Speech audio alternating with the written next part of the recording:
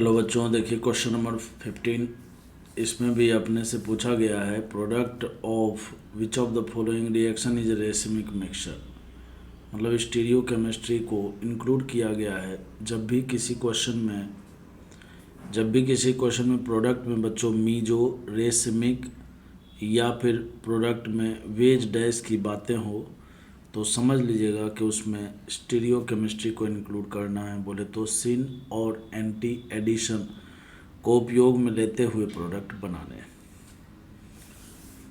जैसा कि देखिए बच्चों H2PT है तो H2PT आपको पता है कि इसमें क्या होता है, सिन एडिशन होता है। क्या होता है बच्चों, सिन एडिशन। बोले तो सिन एडिशन से हमें प्रोडक्ट बनाने हैं। तो देखिए जब पहला प्रोडक्ट आप बनाएंगे तो सिन एडिशन में क्या करना है, दोनों हाइड्रोजन को या तो वेज पर जोड़ना है या फिर दोनों हाइड्रोजन को डैश पर जोड़ना है। तो जैसे मान लीजिए दोनों हाइड्रोजन को हमने वेज पर जोड़ दिया, यहाँ पर भी हाइड्रोजन वेज पर जोड़ दिया बच्चों, यहाँ पर भी हाइड्रोजन वेज पर जोड़ दिया, तो ऑब्वियस सी बात है यहाँ पर मिथाइल कहाँ चला जाएगा, डैश पर चला जाएगा। और यहाँ का बच्चों कन्फिगरेशन फिक्स है।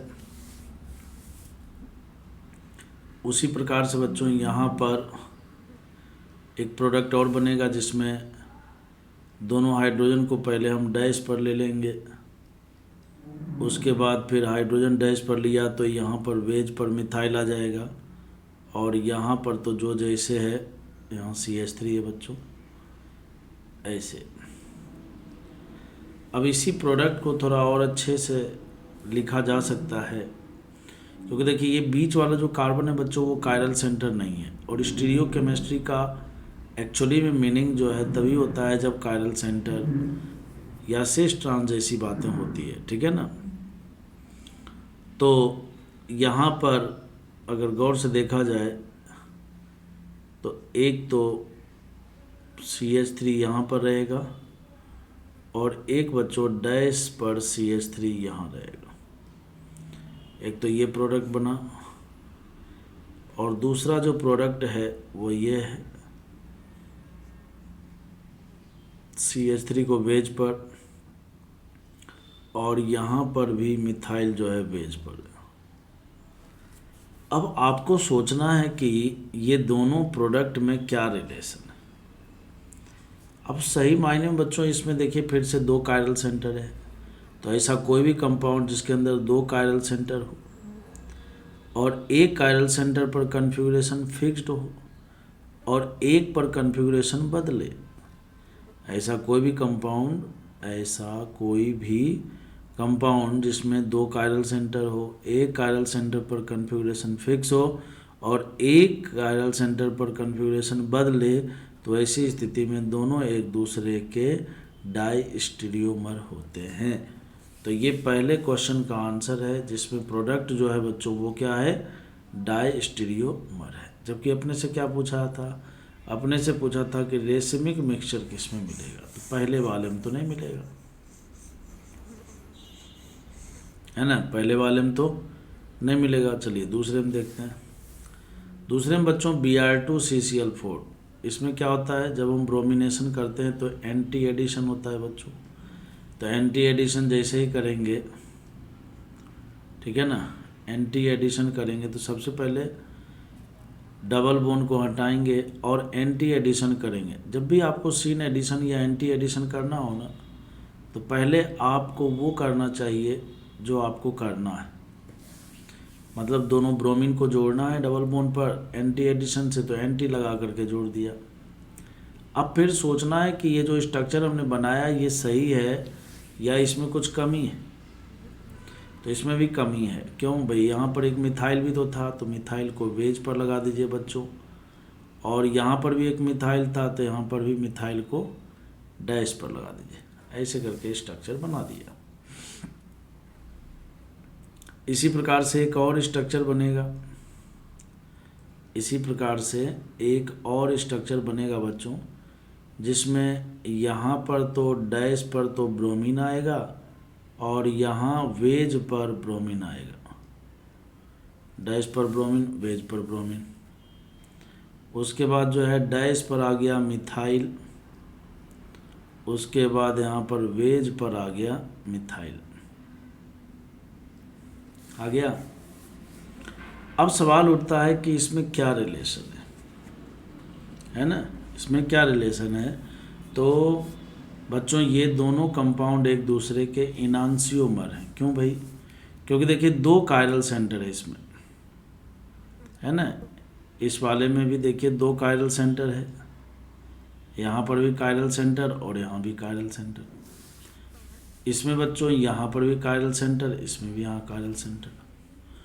दो कायरल सेंटर है और दोनों कायरल सेंटर पर कन्फिगरेशन बदला हुआ है। दोनों कायरल सेंटर पर कन्फिगरेशन क्या है बच्चों? बदला हुआ है। और तो और इसमें POS और COS नहीं है, COS नहीं है, इसलिए ऑप्टिकली एक्टिव है। तो ये भी ऑप्टिकली एक्टिव है, ये भी ऑप्टिकली एक्टिव है। तो दोनों के दोनों ऑप्टिकली एक्टिव भी है, दोनों ऑप्टिकली एक्टिव भी है और तथा दोनों एक दूसरे के मिरर इमेज हैं। तो कैसे पता लगा कि सर मिरर इमेज हैं? तो कंपाउंड में दो कायरल सेंटर है और दोनों कायरल सेंटर पर कन्फिगरेशन क्या है? बदला हुआ है। कैसे बदला हुआ है? तो सबसे पहले इस वाले को देखिए, इस वाले में वेज का डैश और डैश का वेज हुआ है। यहाँ देखिए वेज पर ब्रोमीन है, यहाँ डैश पर ब्रोमीन हो गया, यहाँ डैश पर मिथाइल है, यहाँ वेज पर मिथाइल हो गया। उसी प्रकार से अगर आप इसको भी कंपेयर करेंगे तो वेज का डैश और डैश का वेज हुआ है, ठीक है ना। तो कुल मिलाकर बात यह है कि ये दोनों के दोनों जो है ऑप्टिकली एक्टिव हैं और दोनों एक दूसरे के मिरर इमेज हैं। इसीलिए ये रेसिमिक मिक्सचर बनाएंगे। तो इसका करेक्ट आंसर बच्चों बी हो जाएगा।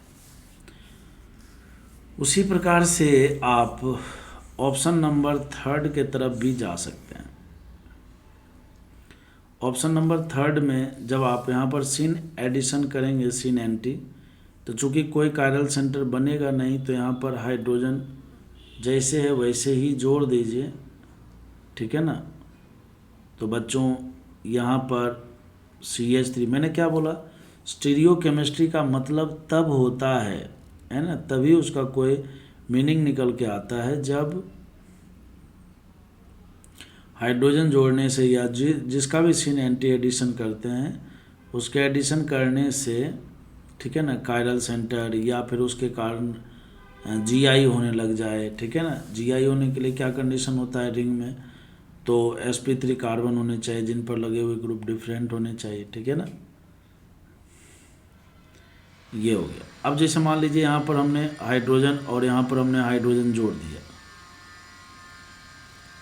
तो डैश पर एक हाइड्रोजन आएगा, यहाँ पर भी डैश पर हाइड्रोजन। अब देखिए यहाँ पर दोनों के दोनों हाइड्रोजन ही तो है, तो ना तो ये कायरल सेंटर बना, ना तो वो sp3 कार्बन बना जिसके कारण GI हो।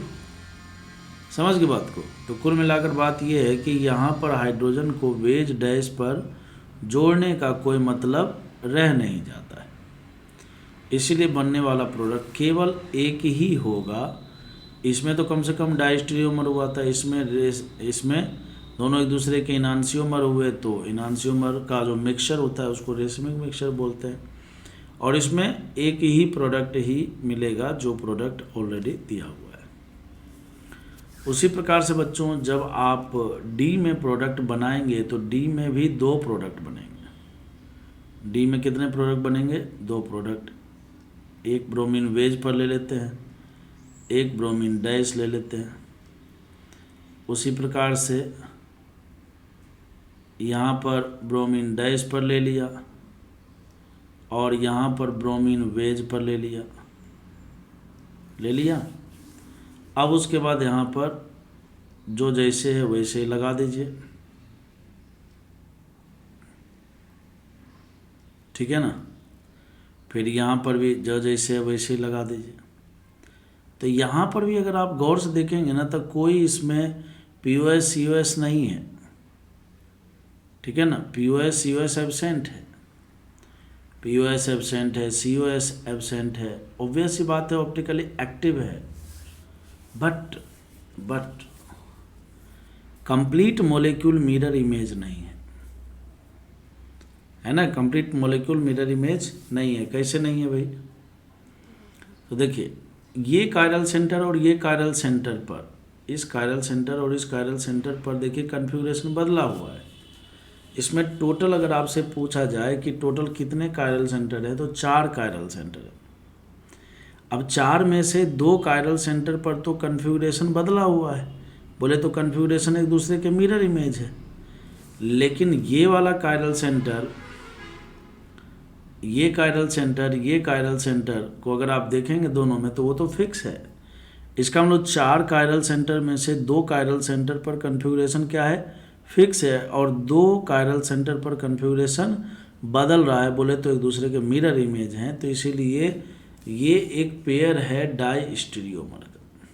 किसका है बच्चों, डाई स्टीरियोमर का पेयर है। यहाँ पर जो पेयर है वो क्या है बच्चों, इनांसियोमर का पेयर है। यहाँ पर कोई पेयर ही नहीं मिलेगा, जो मिलेगा एक ही कंपाउंड मिलेगा, ठीक है ना। ट्रांसफॉर्म, इसको क्या बोलेंगे, ये ट्रांसफॉर्म है, ठीक है ना। नहीं ट्रांस नहीं है, सिस है, क्योंकि दोनों CH3 एक ही तरफ है। और यहाँ पर भी बच्चों आपको डायस्टीरियोमर का पेयर मिलेगा। तो बहुत ही अच्छा सवाल है, एक ही सवाल में देखिए बहुत कुछ पूछने का कोशिश किया गया है। मतलब ये जानना चाहता है कि आपको इन सब चीज़ों के बारे में डिटेल में नॉलेज है कि नहीं। अगर है तो आप करेंगे, नहीं है तो आप फिर गड़बड़ कर देंगे। इसलिए मैंने आपको डिटेल में समझाया है ताकि आपको इस क्वेश्चन के सॉल्यूशन के माध्यम से सीखने को भी मिले, है ना, कि कैसे अप्रोच करते हैं क्वेश्चन। तो बताइए इस क्वेश्चन का आंसर क्या होगा, बी हो जाएगा।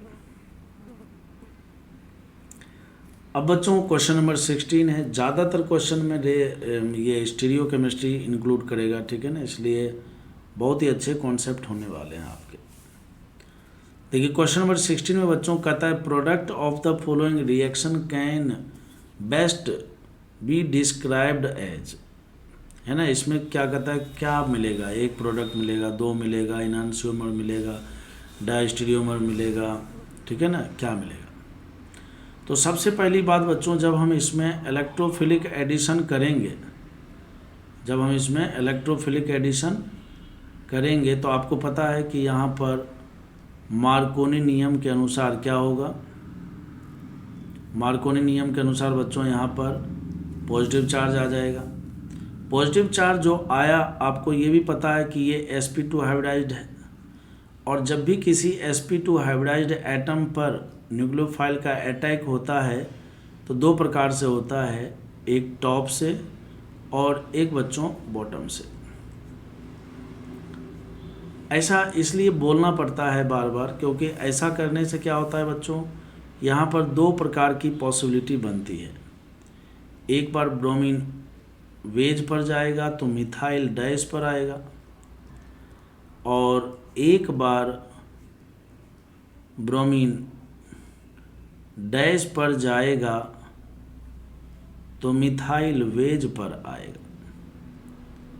और ऐसा करने से क्या हुआ, ऐसा करने से बहुत ही इंटरेस्टिंग विषय बन जाता है, क्योंकि जो प्रोडक्ट बना है उसमें देखिए 2 कायरल सेंटर है, एक कायरल सेंटर ये बच्चों और एक कायरल सेंटर ये, इसमें भी एक कायरल सेंटर ये, एक कायरल सेंटर ये। अब फिर से वही बात कि जब किसी कंपाउंड में 2 कायरल सेंटर हो, एक कायरल सेंटर पर कन्फिग्रेशन बदल जाए और एक कायरल सेंटर पर कन्फिग्रेशन फिक्स हो, जब भी किसी कंपाउंड में 2 कायरल सेंटर हो, एक कायरल सेंटर पर कन्फिग्रेशन फिक्स हो और एक कायरल सेंटर पर कन्फिग्रेशन बदले, तो वैसी स्थिति में दोनों एक दूसरे के क्या होते हैं बच्चों, डायस्टीरियोमर होते हैं। क्या होते हैं, डायस्टीरियोमर होते हैं। तो ये दोनों एक दूसरे के क्या हैं, डायस्टीरियोमर। क्यों भाई, क्योंकि इस वाले कायरल सेंटर पर तो देखिए कन्फिग्रेशन फिक्स है, जबकि इस वाले कायरल सेंटर पर, इस वाले कायरल सेंटर पर देखिए कन्फिग्रेशन क्या है, बदला हुआ है, मिरर इमेज है एक दूसरे, है ना। तो यहाँ पर तो दोनों एक दूसरे के मिरर इमेज है, लेकिन यहाँ पर मिरर इमेज नहीं है, तो इसीलिए ये क्या हो गया बच्चों, एक दूसरे के डायस्टीरियोमर हो गए, है ना। तो प्रोडक्ट जो मिलेगा वो क्या मिलेगा, ए पेयर ऑफ डायस्टीरियोमर मिलेगा। तो इसका करेक्ट आंसर हो जाएगा सी। अब हम बात करेंगे क्वेश्चन नंबर 17 के बारे में। ये भी बहुत अच्छा सवाल है। कहता है taking into account the stability of the various carbocation as well as the rule governing mechanism of carbocation rearrangement, which reaction is most likely to occur during the reaction. अब कहता है जब इसमें आप इलेक्ट्रोफिलिक एडिशन करेंगे तो electrophilic addition करेंगे बच्चों, तो आपको पता है कि यहाँ पर अगर केटाइन बनता है तो ये कौन सा केटाइन बनेगा, CPM cation, cyclopropyl methyl cation बन जाएगा। और आपको पता है कि CPM केटाइन के पास एक्स्ट्रा ऑर्डिनरी स्टेबिलिटी होती है ना, एक्स्ट्रा ऑर्डिनरी स्टेबिलिटी होती है ड्यू टू सिग्मा रेजोनेंस के कारण, ठीक है ना बच्चों। तो इसीलिए इस वाले में कार्बोकेटाइन यहीं पर बनेगा। अब कार्बोकेटाइन जब यहाँ पर बनेगा ना बच्चों, तो Br माइनस का अटैक जो है यहीं पर हो जाएगा, यहीं पर हो जाएगा, और यहीं पर होने से जो आपको प्रोडक्ट मिलेंगे वो ये मिलेगा बच्चों। तो इसका यही आंसर होना चाहिए, होना चाहिए नहीं, होगा।